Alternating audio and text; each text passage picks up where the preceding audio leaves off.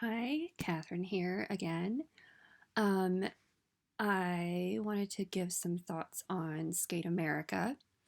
Um, Obviously, it happened last weekend, and should it have happened? Maybe not, but it did. They had their little skating bubble and they tested everybody, and I guess it's turned out okay, which is good. But I think Skate Canada and the French Grand Prix had the right idea in canceling their competitions. Um, COVID is not under control in the US, no matter what anybody lies and says. Um, and especially in the Western states, it's pretty bad. Midwestern and Western states. So, not sure that it was the greatest idea to do it, but it happened. um, So yeah, I watched it with my mom for the most part. It was kind of a nice thing because sometimes we go together in person, and then a few years ago when it was in Lake Placid, I actually skated in the gala, which was really cool. It was right before the Olympics. Got to meet Adam Rippon. Um, yeah, but it was different, obviously, not being able to go.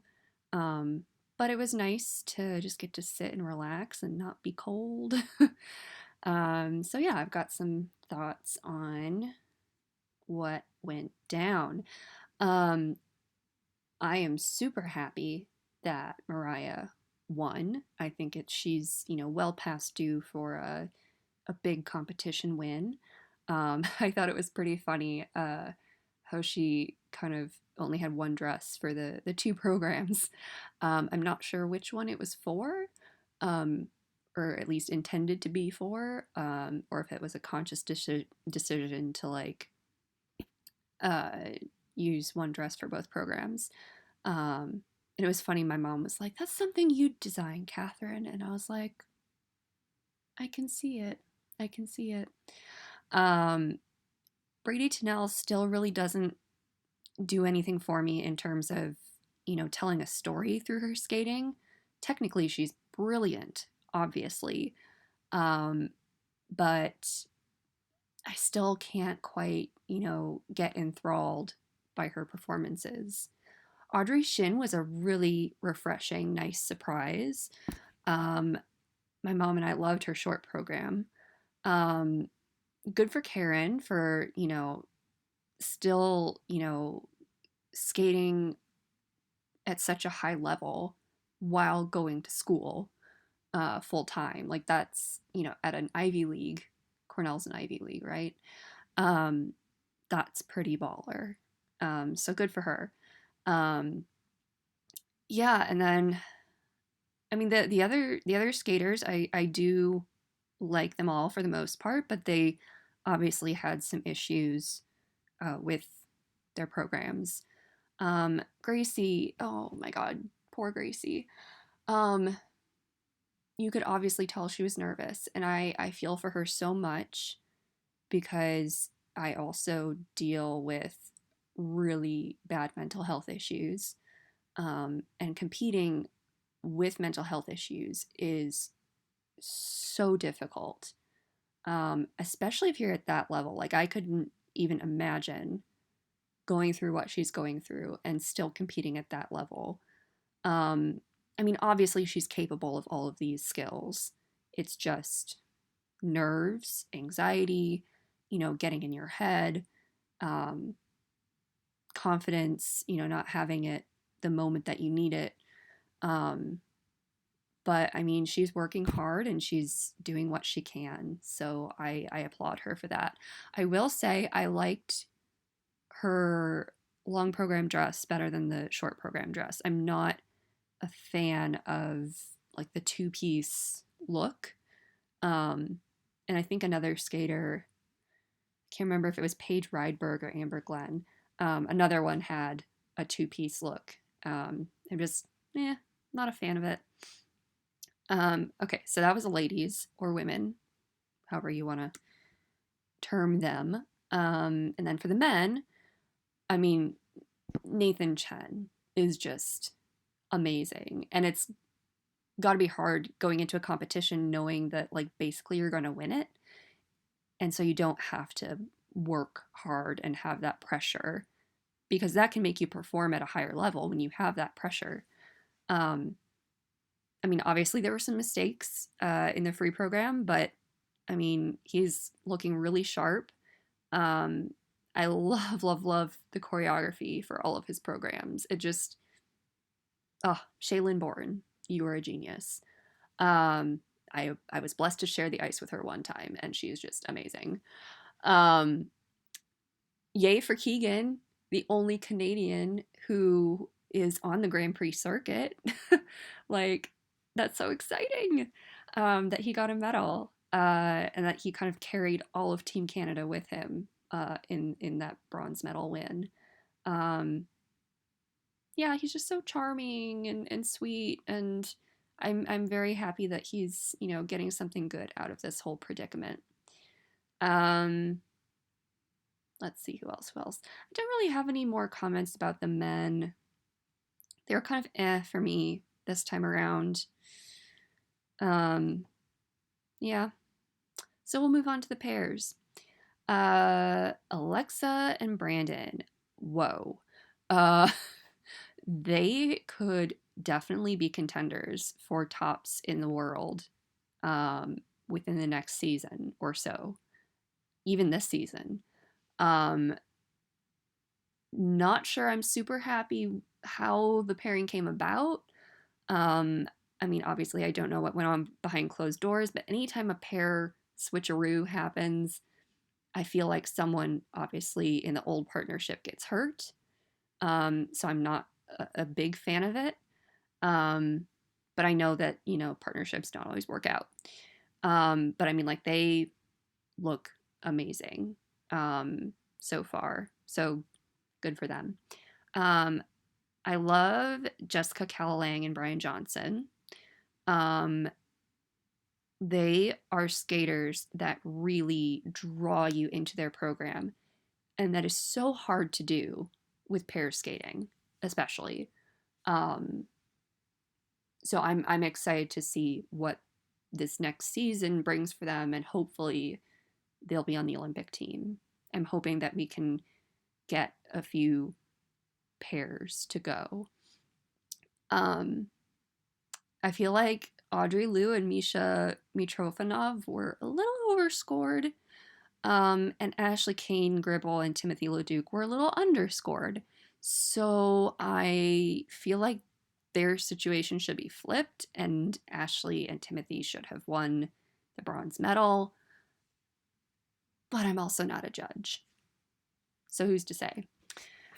Yeah, I think that was about it in terms of the pairs. I mean, there's some really great pairs teams in the US, and they need to be consistent, and I think it was good that they had this competition to kind of, start getting consistent again.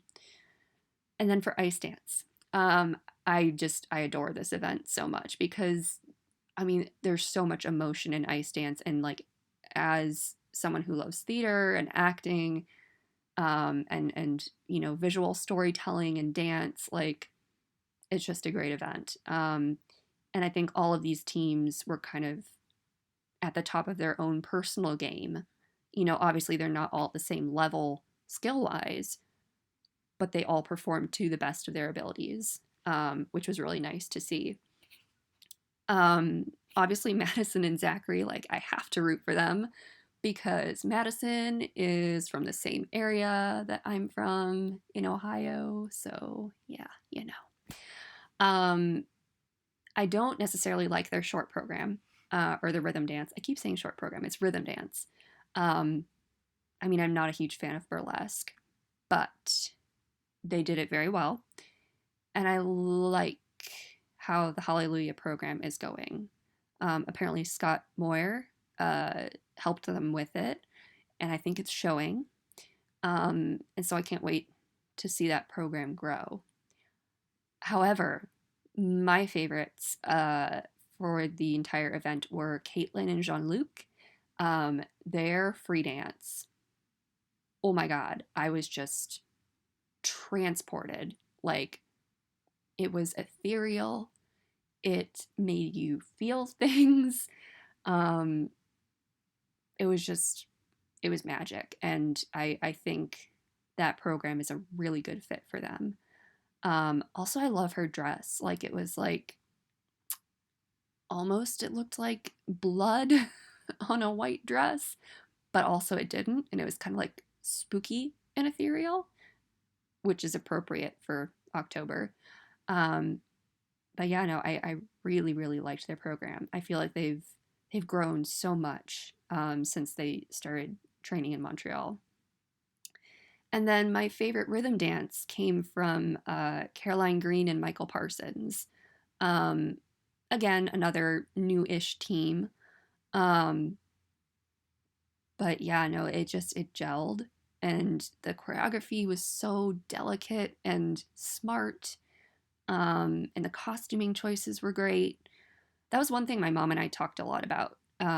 Was that, in pairs and ice dance, sometimes the costumes don't match each other. They'll make the lady look really nice, and then the man's just like shirt and pants, and it doesn't always work. Um, but that's not why I love their program. The reason I love their program is that they just sold it, and they had great connection, and I liked the music choice. Also, I'm really, really glad that we got 2 seasons of the Fin Step. Um, I am so looking forward to learning that dance myself. Like, obviously, I'm not at that level yet, but it's one of the dances I'm most looking forward to. It looks so much fun. And so I'm glad we kind of got a little bit of a silver lining with the pandemic in that we get 2 seasons of the Fin Step. Like, oh, I love it. Um, yeah, so those are my thoughts on Skate America. Um, Not sure if I'm gonna watch Cup of China. Uh, it's mostly a bunch of unknown skaters, or at least, ones that I don't know. Um, because it is, I think for the most part, all Chinese skaters. So I might skip that one and just kind of watch replays on YouTube. Um, but I'll definitely be watching NHK Trophy. Um, Probably not live because sleep schedule during pandemic is awful. Um, and then I'll also watch the Ross Telecom Cup. But to be honest, I think NHK Trophy is probably what I'm most looking forward to. Um, Both because like there's so many high level skaters in Japan, um, but also I like being able to use my Japanese knowledge sometimes. So I think it's fun to listen to it in the Japanese broadcast and not have to like listen to Johnny and Tara be catty. Yeah, I watched most of Skate America on NBC's Peacock Premium, which so far so good. Like $5 for a month, not bad. And there's like no yearly contract or anything. Um, so to me, that's better than NBC Gold or Figure Skating Gold or whatever they called it. Because I can have it for like 2 months and then I don't have to pay for it anymore because I'm not going to be watching skating through December or whatever. Um, but I definitely like watching the no commentary more than I like listening to Tara and Johnny. Yeah, they also called some jumps the wrong jumps, and it was very confusing to me. I was like, I know that's what's listed on the paper, but you just saw it with your own eyes, and you are also skaters, so shouldn't you know what jumps are being jumped? Yeah. Anyways, we need Scott Hamilton back as a commentator. Um, I also like watching the CBC commentary. Anyways, that was a tangent. Skate America, good event. Hopefully nobody got COVID from it. Yeah, and I'll see you all whenever the next Grand Prix is. I honestly don't know. I'm too focused on the election. Bye.